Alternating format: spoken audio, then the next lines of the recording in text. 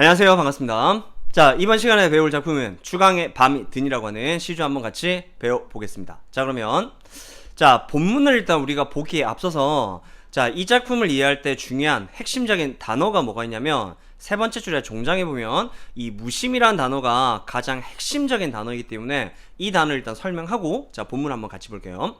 자, 이 무심이라는 단어는 고전시가 시조나 다른 작품들에서 많이 등장하는 단어니까 이번 기회에 꼭 정리하고 넘어가시면 아마 될 것 같습니다.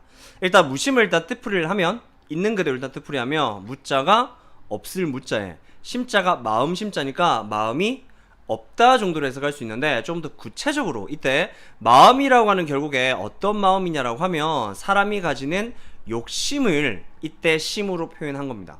그러면 이때 무심이라고 하는 건 결국에 욕심이 없는 마음을 무심이라고 표현하는 거죠. 자, 여기까지 이해되셨죠? 그래서 이 욕심을 조금 다르게 표현하면은 사람이 욕심을 가진다는 건 어떤 세속적인 것에 관해서 가지고 싶은 욕구를 가지는 거기 때문에 다르게 표현하면 세속적 욕망이라고 표현하기도 합니다.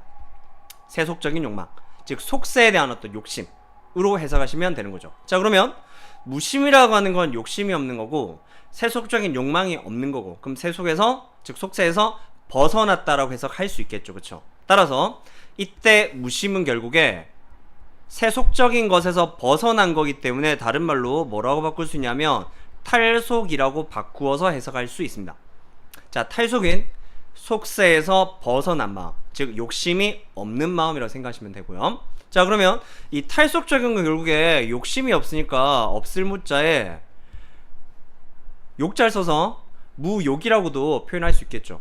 그럼 탈속과 무욕은 둘 다 공통점이 뭐냐면 무언가 현실적인 것에 대한 욕심이 전혀 없고 그 욕심에서 벗어난 마음이라고 볼 수 있습니다. 따라서 결국에 이 속세에 대한 어떤 초월적인 태도가 드러나는데 이런 속세에 대한 초월적인 태도를 우리는 뭐라고도 표현하냐면 달관이라고도 표현합니다. 그래서 이 고전시가에서 무심이라는 단어가 나오면 탈속적인 태도, 무욕적인 태도, 그리고 달관적인 태도가 드러난다라고 생각하시면 됩니다. 자, 여기까지 일단 이해되셨죠? 자, 따라서 결론, 이 무심이라는 단어가 있을 때 화자가 취하는 태도는 뭐라고 생각하시면 되냐면 자연에 대해서 친화적인 태도를 드러낸다고 생각하시면 되고, 따라서 이 무심이라는 단어는 긍정적인 의미로 사용된다고 생각하시면 될 것 같습니다. 자, 여기까지 일단 이해되셨죠? 자, 그러면 작품 한번 볼게요. 자, 추강의 밤이 드니, 그럼 추강, 가을강의 밤이 드니까 그러면 계절적 배경은 추가 있기 때문에 가을이라고 하는 계절이고 시간적 배경은 밤이라고 하는 시간이겠죠. 자, 물결이 차노매라, 물결이 차갑다. 자, 여기에서 우리가 흔히 이제 시를 해석할 때 차갑고 시리고 이런 단어가 나오면은 부정적인 걸로 많이 해석하시는데, 자, 여기서 지금 가을강의 밤이 드니까 즉 가을 밤에 강에서 물결이 차가운 상태예요. 그런데 시 맨 마지막에 보면 무심이라고 하는 표현이 있기 때문에 결국에 이때 차갑다는 건 긍정적인 의미로 볼 수 있을까요? 부정적인 의미로 볼 수 있을까요? 부정적인 의미로는 볼 수 없는 겁니다. 그러니까 차가운 게 뭐 부정적인 현실, 시련을 상징한다라고 보시면 안 되는 겁니다. 자, 한번 써볼게요. 시련이라고는 생각하시면 아니 되는 겁니다. 자, 여기까지 이해되셨죠? 자, 그럼 중장 가볼게요. 자, 낚시 들이치니까 고기가 아니 무노매라. 그러면 이 사람 결국에 가을밤에 강에서 낚시를 하고 있는데 고기가 잡히지 않는 상황인 거죠.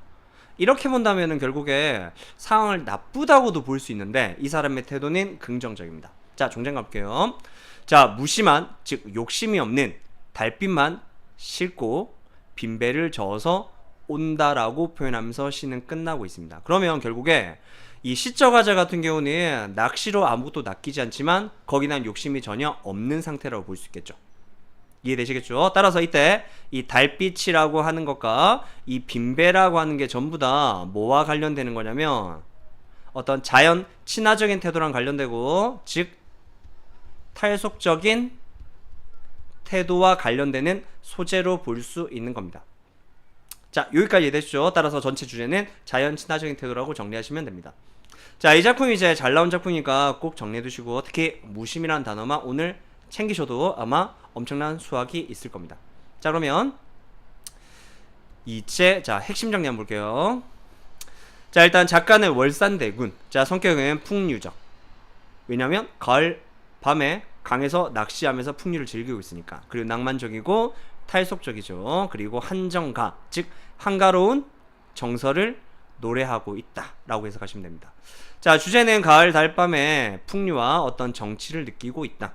자, 특징 볼게요. 자, 대표적인 강호 한정가로. 자, 강호 한정가가 뭐냐면 강호라고 하는 거는 강과 호수라는 뜻인데 합쳐서 자연이라고 해석하시면 되고, 한정이라고 하는 건 한가로운 정서라고 생각하시면 됩니다. 즉 자연 속에서 느끼는 한가로운 정서를 노래한 대표적인 작품이고, 여유로움 속에서 멋을 즐기는 옛 선비들의 탈속적인 정서가 잘 드러나는 게 특징입니다.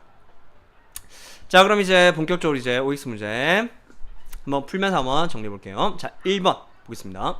자, 화자는 속세를 떠나 자연 속에서 유유자적하면서 만족감을 느끼고 있다. 물고기는 분명히 잡히진 않지만 거기에 불만을 갖기보다는 만족하고 있는 거죠. 무심한 마음을 갖고 있기 때문에 정답은 O가 되겠습니다. 자, 2번. 자, 화자는 밤이라는 부정적 현실을 극복하려는 태도를 보이고 있다. 자, 여기서 이 밤이라고 하는 시간을 부정적 현실로 볼 수 없죠. 그쵸? 이유는 만족감을 가지고 있는 상태이기 때문에 따라서 극복도 틀린 겁니다. 정답은 X. 자, 3번 볼게요. 자, 달빛과 빈배는 화자의 처지와 대비되는 객관적 상관물에 해당한다 라고 했는데, 일단 이 객관적 상관물이라고 하는 건 화자와 관련되는 대상을 객관적 상관물이라고 하고, 더 중요한 건 대비가 되느냐가 더 중요하겠죠. 그러면 달빛과 빈배가 지금 대비가 된다고 볼 수 없죠. 그쵸? 왜냐면 화자 역시 무심하고 달빛도 무심하기 때문에 결국에 같다라고 볼 수 있습니다. 즉 대비가 되는 게 아니라 오히려 감정이 이입되어 있다라고 볼 수 있는 겁니다. 자, 정답은 X가 되겠습니다. 네, 그러면 일단 추강의 밤이 되니 자, 여기까지 일단은 정리하겠습니다. 네, 고생하셨습니다.